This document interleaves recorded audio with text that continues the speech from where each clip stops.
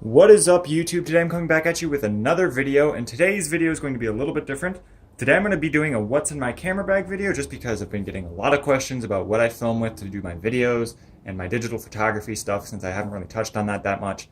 So I'm going to do a quick video on what's in my camera bag. I'm not going to do too much in depth about it. I'm just going to talk a little bit about the gear that I have, and that's pretty much it. So let me know what you guys think in the comment box below, and let's just get right into it. So first things first is this is my camera bag. It's a cheap $20 backpack that I got off eBay. It says it's water resistant. Haven't tested it. Don't really want to. So yeah, that's pretty much it. There's nothing really too much about it. It's got nothing extra on it. It's just got a bunch of inserts in it, and it carries my gear. It's about half the size of a normal backpack. So yeah, I just thought it was a good deal. So it's what I use. So let's just get right to what's inside of it. Put this off to the side here. All right, so first things first is my main camera and the lens that I use most often, and that is my Panasonic G7. Now, this is the camera that I use to film all my videos, do all my digital photography. It's a fantastic camera. I pretty much am in love with this camera and the Micro Four Thirds system, so it's what I use for everything.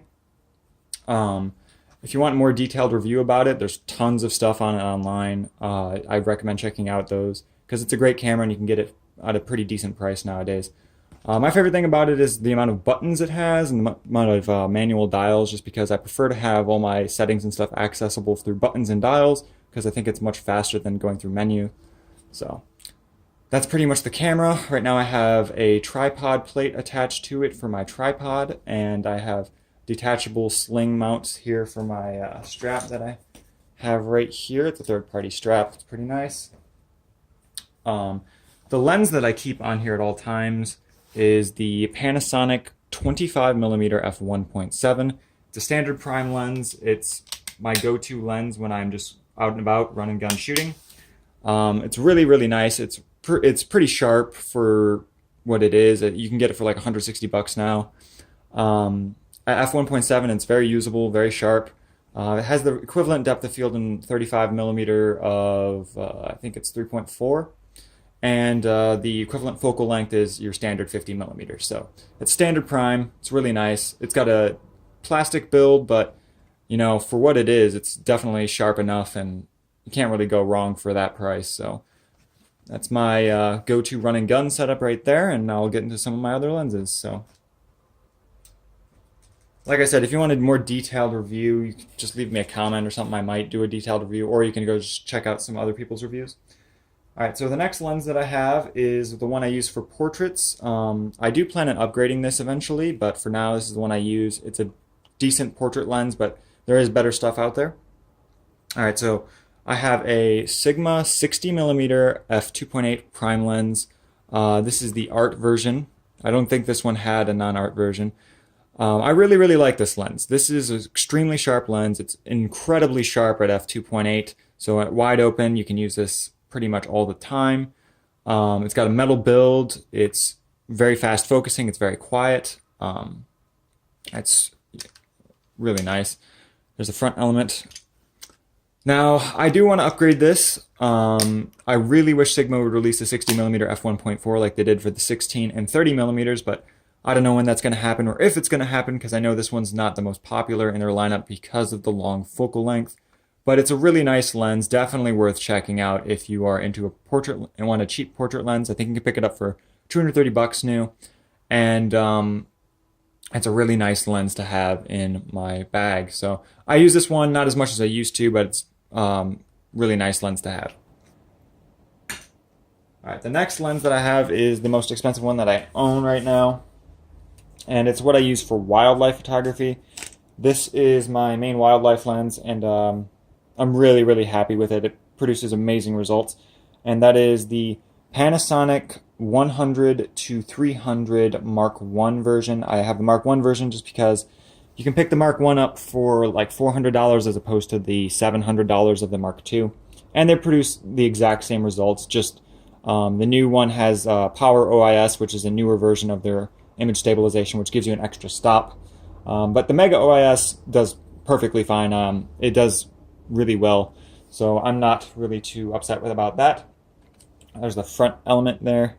I do have a glass filter on it right now. I just keep that on in the bag to prevent as much dust as possible getting on the front element. I normally take it off when I do shoot with it though. Yeah, so this is the 100 to 300. It's an amazing lens. It's very big for Micro Four Thirds, just in comparison. Here's the camera itself. The lens is just as big as the camera, and it is heavier than the camera. So when you have this mounted on the G7, it is very front heavy. And it's, but I definitely think it's worth it. It's an amazing lens. The zoom ring is a little bit soft. It is not very stiff. I wish there was some kind of zoom lock, because if you hold it forward, it will creep forward. So that's one downside to this lens. The focusing ring itself is nice. It's just, I wish that this zoom ring was a little stiffer. But it's an amazing lens. Really happy to have that in my bag. And the last lens I have is one I don't really use at all anymore. And that is the Olympus 40 to 150. This is basically a backup to the lens I just showed you. This is one of the first lenses I got when I got my EPL1, which was my first Micro Four Thirds camera. Came with it. You can get this for $100. So it's a really nice, cheap zoom option. It produces decent results. It's pretty soft though after 130 millimeters, so I recommend stopping it down if you're going to use it past that. It's a decent lens, definitely worth having if you're just getting into it and you want a nice wildlife lens, but you're not sure about what focal length you want. This is one to try out. It's super cheap. Can't really go wrong. It's all plastic build, but decent optics. Alright, so I also carry with me a rocket blower to blow off dust in my camera bag. Battery charger. I also carry all sorts of various cleaning supplies. Up here I have a cheap filter set that just came with a lens hood that I got. I don't really use these filters all that much, unless I'm just protecting the front element of the lens. It's pretty much the only reason. I don't normally shoot with them on. But I have like a bunch of microfiber cleaning cloths, an empty plastic bag for moving from cold to warm environments so I don't get condensation on my lenses. I have some spare SD cards, a lens brush, and some other various cleaning supplies. And that's pretty much everything I carry. Occasionally I do carry my tripod with me, which is this tripod back here. Let me grab it. It's a Sunpack 6000 PG Ultra, and it's got a ball head on it, and it's nice. It has two levels on it for the levelness of the ground and the ball head itself. It's really nice. My girlfriend got me that for Christmas, so that's my tripod right now. And that's pretty much everything that I have in my camera bag. So let me just put out my main stuff here. As a recap, there's the camera and the 25mm, 60mm portrait lens, and my Wildlife 100 to 300. And that's pretty much the gear that I use on a regular basis. I do want to upgrade this eventually. I know the 45-1.2 just came out. I would like to save up for that, so that's probably what I'm going to try to replace this with, which is a huge upgrade.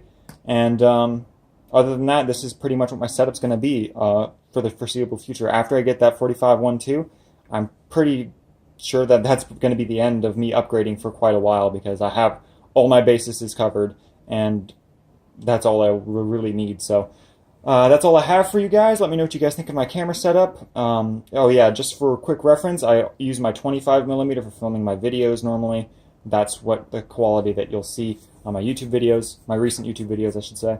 And that's all I have for you guys. So let me know what you guys think in the comment box below. What kind of camera do you use? What do you shoot with for photography or video? And I'll see you guys next time. Thank you guys for watching. Peace.